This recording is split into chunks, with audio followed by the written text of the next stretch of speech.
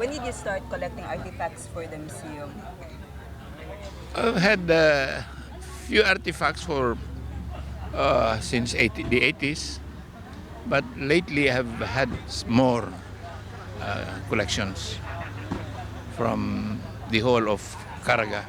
But most of these artifacts are from Butuan, Agusansor, mostly 85%. Yes. So, and what can we find in the Museo de Balanghai? What type of artifacts? Oh, these are a lot of artifacts, earthenware, we call it terracotta, uh, we have bronze, but more important is that from all these artifacts that we have there, you can see the kind of civilization we had at the time when we were not just Christians, when we were Muslims, when we were Buddhists, and when we were animists. Because at one time, we had faith in nature. Kaya marami doong mga artifacts replicating nature, replicating, uh, well, especially the Buddhism. They do a lot of taras and Buddhist statues.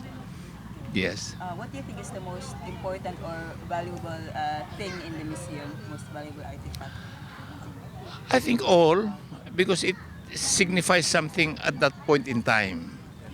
The kind of civilization we had and the kind of people we also had. So it's hard to compare which is the best. No? So more important again is that just like the Shalmiden, we were cultured then because we have, unlike now where we throw out our garbage anywhere, they had, this was the garbage in one place. They did not throw it anywhere. They had a mound of shells here, 10 feet high. Yeah, kaya sabi ko guys, maybe they were more nature lover before because they have faith in nature. And that's where they live there, diba? Anything you want to add about the Museo de Balanghai, sir, for our people?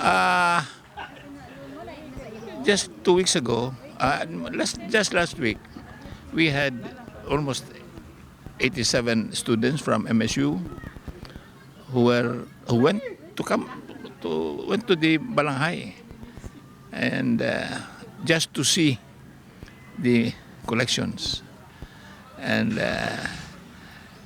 for them to have known, no, dahil bakit dito sa Caraga ang daming antiques. These are records of history, these collections that we have there. Kaya tinga sila nga numang daghanta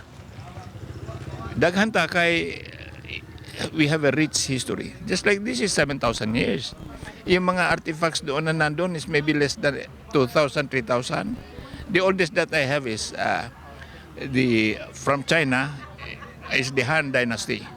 From the Han Dynasty, which is just about 1,000 years. 7,000 to. So we already have people knowing about life, knowing about what to do.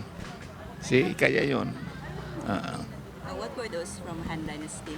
There's mostly ceramics, statues of ladies and the Chinese character. Kaya, we were appreciative.